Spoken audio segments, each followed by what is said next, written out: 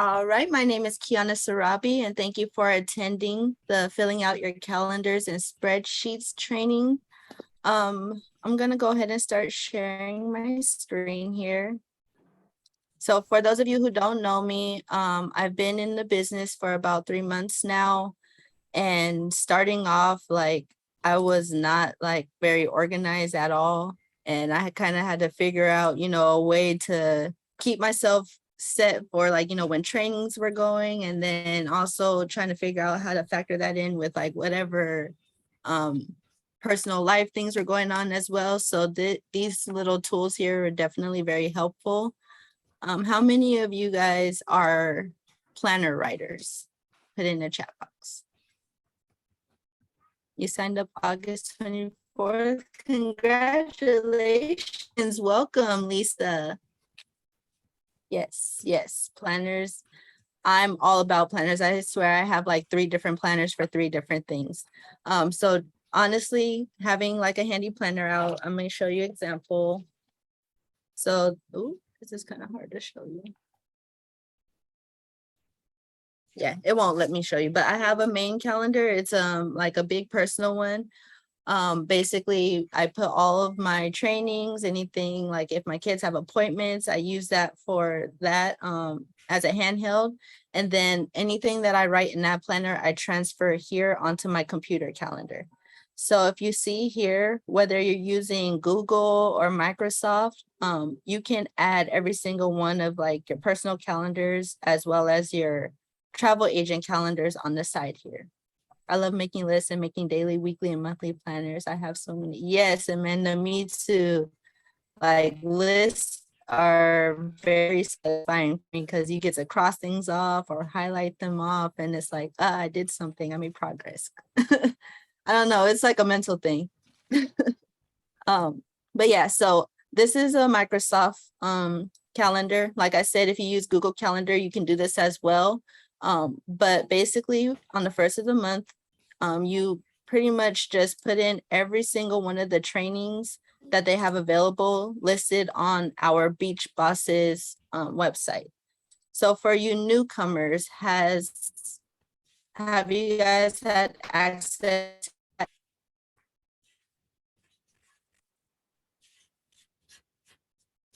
Whitney, this one is my, I use Google or Microsoft, but you can do this with Google Calendar as well. I just use my Microsoft one because I could connect it to my phone. Same with the Google Calendar, but I found with that one, sometimes if you don't have internet connection, you're not always able to look at it. So that's why I use Microsoft personally. Everyone has a color in my planner. Yep, same. All right, so like I said, it's easy to kind of input the evolution travel trainings on here because those are reoccurring each month. So like say, for example, with September, I'm just going to make something up here. If I click on the day and go to more details, we are going to say this is for travel booking Q&A or something like that. Now I'm gonna have to remind myself to delete this later because I will forget. And then on the side, if you like are a visual person, for me, I always put like the little school thing for my trainings. If I'm hosting a training, I do an airplane. If I do like a training that I'm learning from this, and then any, like if you're a team builder and you have prospects coming to a meeting, then I use like the Beach Bosses kind of icon as well to kind of set my things apart when I'm looking at it in the calendar. You can put where it's going to take place as well as the time. So we're just going to say 7 a.m. for the purposes of this training. And then as well as any Zoom information or any like details if you want to write names. So that one is usually, I forgot the numbers. I'm making stuff up at this point. 6165. Right. So I have the ID, I have the time, and then I have the name of the training, as well as when I want it to start reminding me. I always set mine for an hour to kind of give me that buffer to get ready and set for the training to come. Now, for those that are reoccurring, you can go up here and hit this repeat button. And you can actually add those for however long you need it for. So they do these, we're going to say it's going to be every week. You can schedule it all the way up until February to schedule that time on there. Or if you're like me, I just do things on a month-to-month basis, except for, like I said, the evolution travel ones. Then you can set it for the month and then it'll post for you. So I'm going to hit save here. And then look, it has all of the booking Q&A filled in automatically. Also, when you are actually, I'm going to remove, delete all. Yes, okay. Same thing when you're actually looking at the individual trainings. So because obviously you're not going to be able to make every single training on a day. So you can look at them on a day-by-day basis, a week-by-week basis, or a month-by-month basis. So if I'm looking for today, it has the training that I'm doing today, and then along with one that's going on later. If I want to see what's going on 3 days from now, I can see an overview of what's going to be going on and what I can actually plan for. So you see these little discrepancies here. I usually, it depends. Sometimes I wait on for the day of, sometimes I wait or I do a day prior. Like for example, this one, I have something going on here, like this, my daughter's assessment. So I'm not gonna actually be able to make this one. And then, you know, you can adjust accordingly. You could delete one or delete all. But basically to kind of help you plan your days out like this, I know I'm gonna be on my daughter's doctor's appointment, like, right. So I'm gonna delete that one.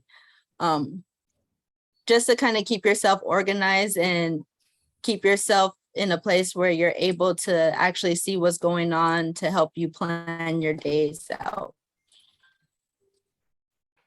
Another useful thing you can also do is sticky notes. I don't know if people are like, well, you guys are pretty much kind of like visual like learners, like having a sticky note somewhere if it's attached to your computer.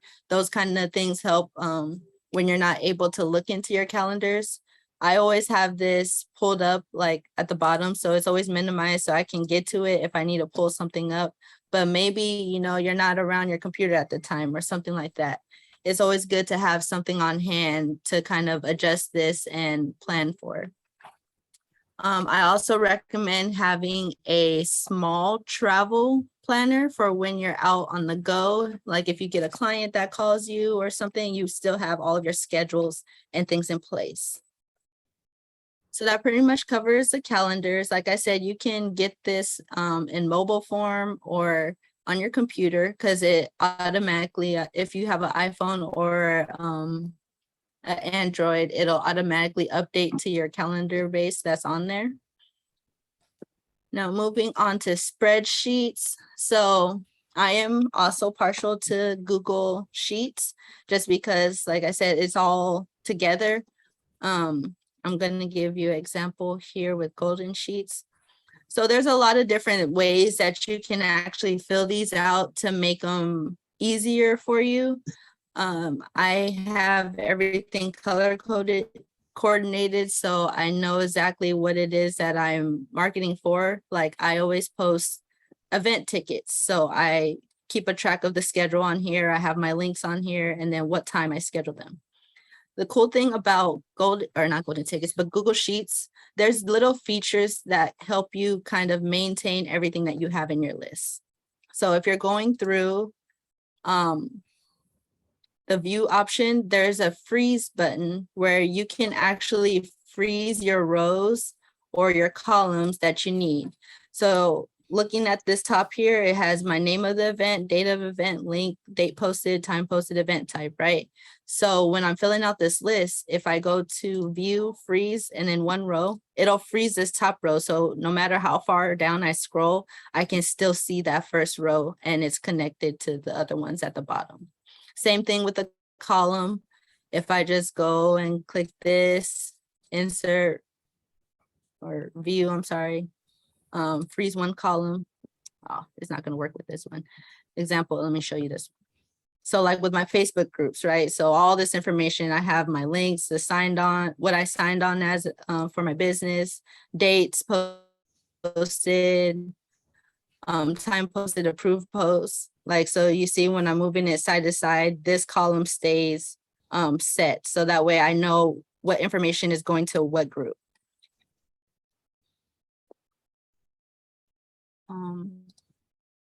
Another cool feature about Google Sheets is like when you're kind of going through here, you see how there's like a line cross through. So I don't know how many of you guys are team builders, but this is pretty helpful when you have prospects that you may not necessarily want to delete off your list, but you have the option to keep them. You can just use this strike through button, just basically telling them like, hey, they didn't sign up, but you still are able to view their information. If you want to create borders, there's different types of borders, like this fills up all the inside. So example, you'll fill in everything there. And then this side here actually creates the different sizes for the border. So as long as this is highlighted and you click on it, then it's going to change depending on that. Same thing with like inside, if you want to change it and make it look different. So depending on what you're using it for, you can create borders and outsides and like defining moments like this one, I use them to signify when it's like a new category or type or something like that. Delete. I delete it later. Now going in as well, when you're using these lists, I just do it the old fashioned way. So updating this, I will add this to the bottom. So you can click on the side here, insert, and you have the option of inserting rows above or below.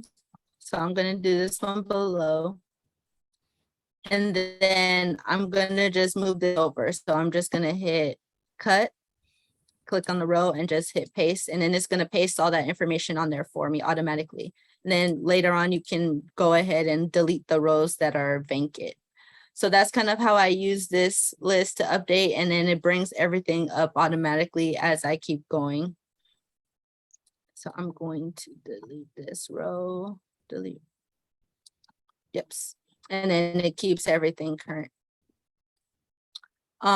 If you want to create a hyperlink within the actual Google Sheet, all you have to do is, let me click on something. I'm going to click on sports event. So you highlight this, hit this little insert link button, and whatever link that you're using, like if you copy and paste something, you're able to create a hyperlink inside your Google Sheets. We are going to just say this is going to be for the vendors. We'll just click this one, just what the hey, right? So copy. So I'm going to hit hyperlink, paste, and apply. And then that basically creates the link to whatever website it is for you. And that's really helpful when you have those vendor lists, just because you want to track like your commissions. You can have your password information, your login information, whatever info that you need when it in regards to vendors. That feature pretty much comes in handy just because you have that access right then and there. Like I said, I use it with my Facebook groups. I use it for those. So that way, like I know which group is which, considering a whole bunch of like those work from home groups and those buy, sell, and trade groups, they all have same names sometimes. So that's where those kind of come in handy. And again, color coordinating things to make it more easier for yourself to kind of figure out what it is. Like my system with my Facebook groups, if it's red, that means I posted in that group within the week. If it's pink, that means I've posted within the month, and anything black is fair game because I most likely didn't post in that in a while. And the colors here, self-explanatory. If it's red, they didn't allow my posts. Yellow is pending, and green is things or groups that approved of my posts. If they have rules, if you can advertise the different types of groups, how many members, what ads are posted, just little things that are helpful to kind of keep myself organized when it comes to those groups, and then making sure I'm accountable for any groups that aren't posting my content, because I'm not going to waste my time. If I keep getting reds, then, you know, I'm not going to be using those. Other different platforms for spreadsheets, you can use like Microsoft Excel. You can use like, I know Apple has like their actual sheets. It's like called Sheets. You can use that as well. I'm partial, like I said, to the Google Sheets just because the little features that it has on there are really nice. Can you show the button you click to make the hyperlink? Yes, I can. It's like a little chain. That's what it looks like to me. But this is the button here to insert a link. Text wrapping applies to like those long messages. So if you have something that's really long and then it doesn't show the whole text, you can hit this little button down here and it wraps it for you. So it's all in one spot and you don't have to have a very long document.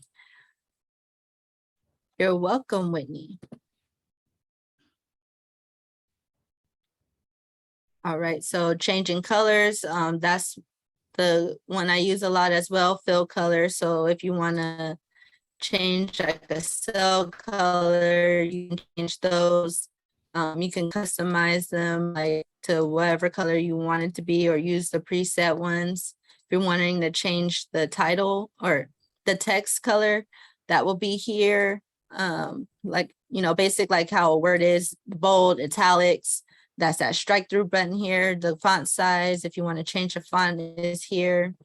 If you're wanting to add different formulas, that doesn't really apply to us too much, but if you wanted to do that, you can. So insert, hold on, function, and then you have the sum, and then you can create what formula you want for which individual cells you want to use it for. Another thing about Google Sheets that's really cool is it comes with like pre-made templates that are really helpful. So if you go up here to template gallery, there's different things that you can use it for. So travel planner, if you don't know how to like really create like that initial itinerary, you can use this and print it off basically. And that'd be like a general copy of your itinerary for until you figure out how to like make one that you want. File, download, PDF, it's going to come out different. So it'll show you what it looks like without the cells. Another useful one, I believe there's a one that says itinerary as well. 1 minute. No, I don't see it.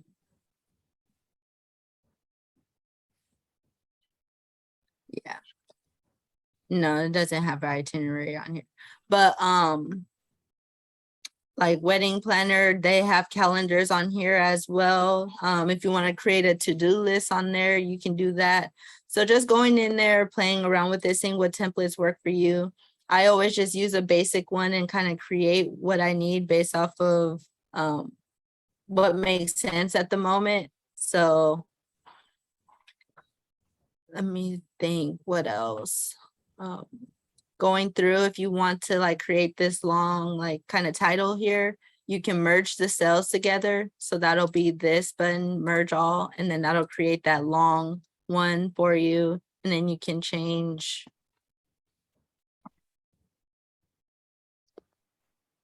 the orientation on where you want it to be. So if you want it in the middle, on the side, on the other side. Let me think. If you want to decide, like if it's like a fat kind of cell like that, if you want to decide the orientation, if you want it in the middle, at the top, or at the bottom, you can decide that as well. So that pretty much covers all of the spreadsheet information that I have. Like I said, I'm very visual, so I have emojis next to certain things. They signify certain things. So like this is a comedy concert, so that's why I have like the laughing emoji, right? Little things that kind of help me keep organized. all the ones with the little footballs are college, and then the regular ones are just basic. But do you guys have any questions about anything that I've showed you so far? This is pretty much a very general sense of how to use the different calendars and sheets to your advantage.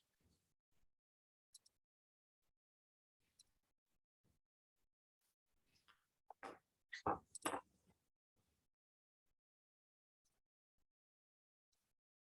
don't want to mess it up. Can you show me? You're welcome, Whitney. Do we have any other questions? Does everybody have a copy of a Facebook group list? If not, I have a blank template if you want it. How do you add the emoji? So I click on it, right click.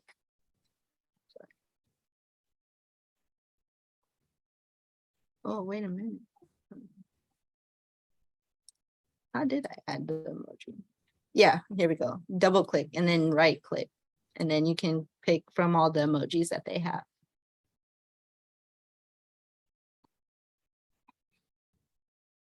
I would like a blank one for Facebook groups. Yeah, thanks for mentioning. Have a good rest. You're welcome, Lisa. That would be awesome to figure. Okay, no problem. Absolutely. Let me go ahead and grab that for you.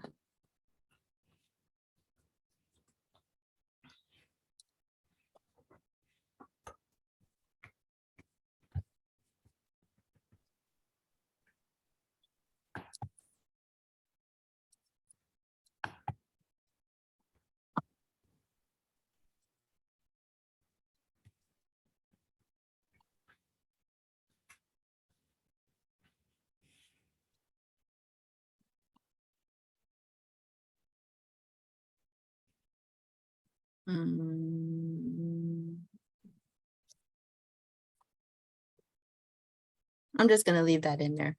I have mine updated already, so that way you can kind of see how I did it there, if that makes more sense. I don't mind sharing those.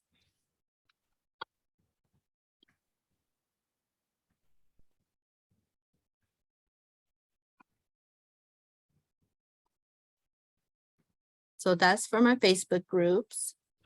I would love a template for what you're using. I'm going to start improving my list. I really don't like. Yeah, like once I started using Google Sheets, like I pretty much did away with Excel altogether, just because not only is everything together, but like I said, there's a lot of nice little features that they give you. And then you can edit it from your phone as well. So it's really nice. You're welcome. Let me see, is there any other templates that you guys may need? I don't think I have any more. Nope. You're welcome. I'm gonna stop sharing.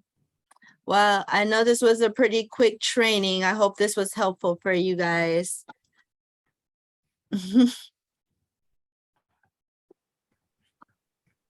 No problem. And this was recorded, so I'm actually gonna put this on my YouTube channel. So hang tight. I think it takes about a couple hours before we can actually get it posted on there. Let me go ahead and put a copy of my link on here.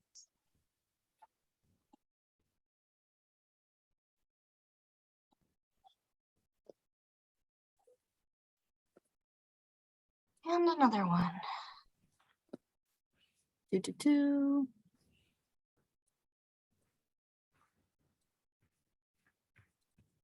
All right, here's the link to my YouTube channel. Feel free to like and subscribe if this was helpful, or even let me know how we can do any other, if there's any other platforms that you guys use, or any little tips and tidbits, you can comment, and then we can make a training or a video on that as well. Okay.